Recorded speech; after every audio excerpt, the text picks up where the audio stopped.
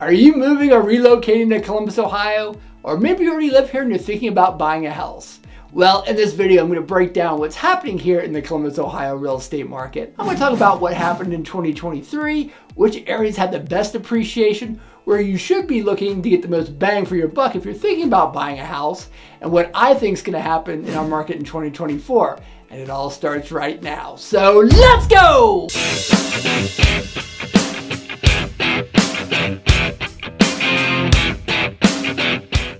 If you're new to my channel, my name is Mark Van Stein, and I make videos about living in Columbus and the Columbus real estate market. I want to give you, the viewer, a really good understanding on what it's like to live here.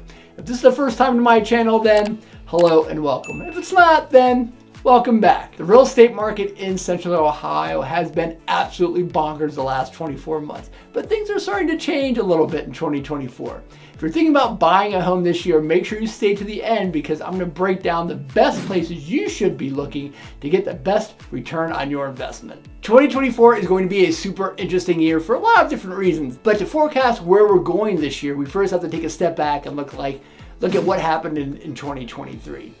It was a crazy year last year in Central Ohio in the real estate market. Much like other areas of the country, last spring the market was red hot on fire. You had bidding wars, people spending tens of thousands of dollars over list price for homes, people waiving home inspections, paying cash for houses. It was absolutely nuts. Then as we progressed later into the spring, what happened is the Fed started to rise the rates because the inflation was completely out of control. In fact, they raised the rates as quickly as they have in the history of real estate. But it didn't do a lot to cool down the market here in Columbus. The housing market remained very, very strong until about August when we finally started to see those rate hikes slowing down the market a bit. In a normal market, rate hikes will slow down activity and prices will eventually stabilize and maybe even start to decrease a bit. But because rates were so low for such a long period of time, what no one anticipated was many of the homeowners were going to be reluctant to move because they had locked into this incredibly low rate.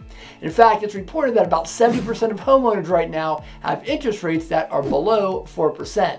So what's happening is that I've got a lot of these clients who would love to move. Maybe they've had a child, or maybe they want some more square footage, or maybe it's another bedroom or bathroom, but it just doesn't make any financial sense right now because the prices are still very high and they'd have to give up this incredibly low rate on their house. The other thing you have to factor in is that a lot of the baby boomer generation who would also love to move and downsize aren't to very good reasons. One, they'll have to pay more to live in a smaller home or at least exchange dollars, and so it just doesn't make any financial sense.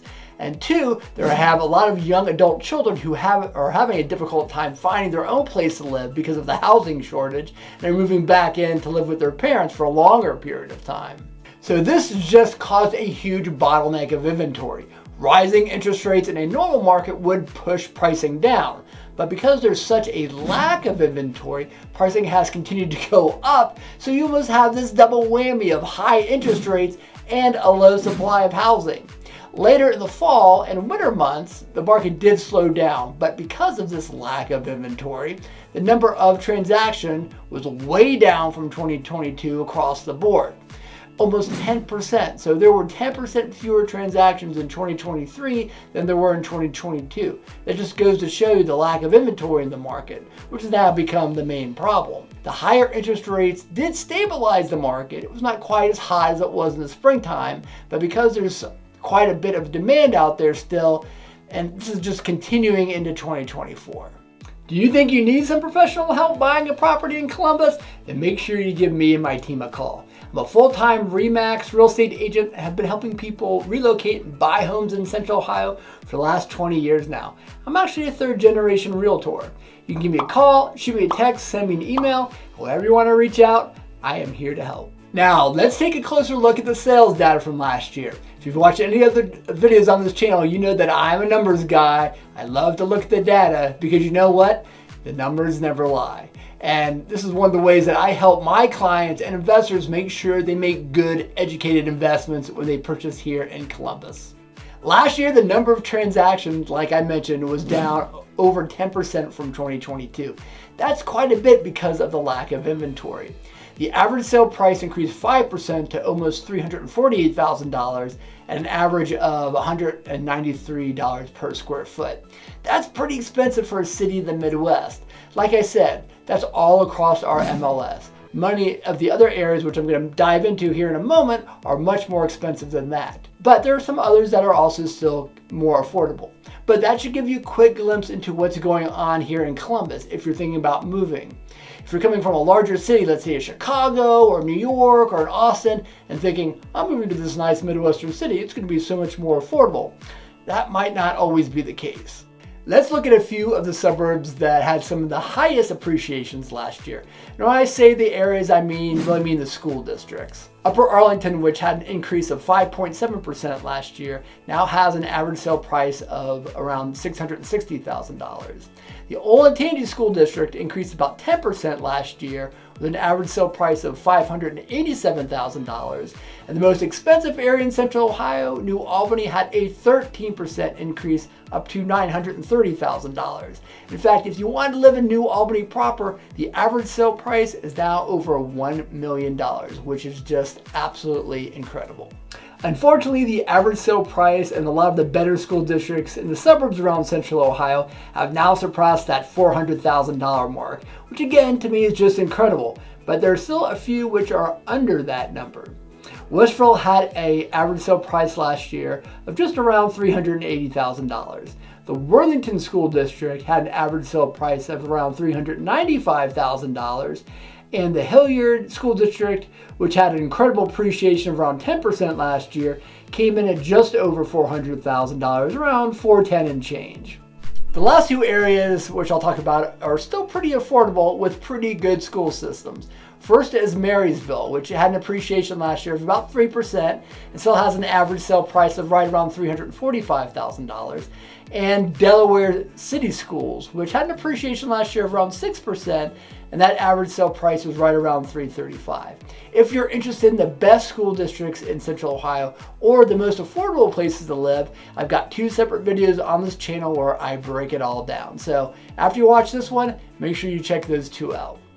Lastly, let's talk about what I think is going to happen in 2024. Now, this is strictly my opinion. I'm not an economist. I'm just a boots on the ground real estate agent, so you shouldn't use this as financial advice.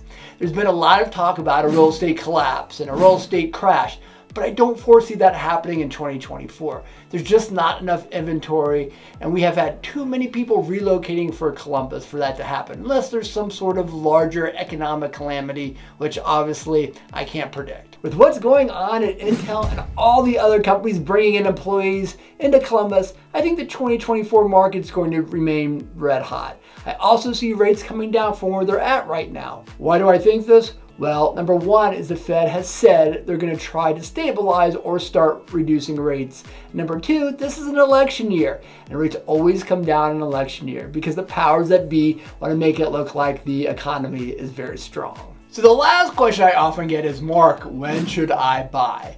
Should I buy now or should I wait for the rates to come down? Well, first, the rates are not going to get back to where they were last spring, that 4% range.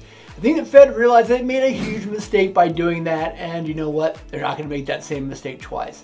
But like I said, I do foresee rates coming down from where they're currently at. The problem is that as the rates come down, you're going to see more buyers out in the market. And if the inventory remains low, then you're going to have these buyers bidding up homes that are currently on the market. So if you are in the market to buy a home, I would not wait on the interest rates. I would purchase something as you see fit, with the hope that you can refinance at a lower rate into the future. Finally, you're going to want to make sure you purchase before Intel really starts getting going and hiring. Once Intel really starts hiring and bringing people into Columbus, I foresee the real estate market getting even tighter than it currently is.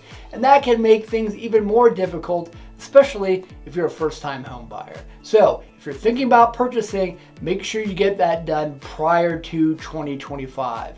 Well, I hope you enjoyed the video. If you have any questions about the Columbus real estate market, my forecast for 2024, or just Columbus in general, you can drop them in the comments down below. Or you can also give me a call. I've got people reaching out to me all the time asking me questions about Columbus and what it's like to live here. And of course, if you need some professional assistance of buying a home or relocating into town, please reach out. You can give me a call, shoot me a text, send me an email. However you want to reach out, I'm pretty easy to find. Until next time.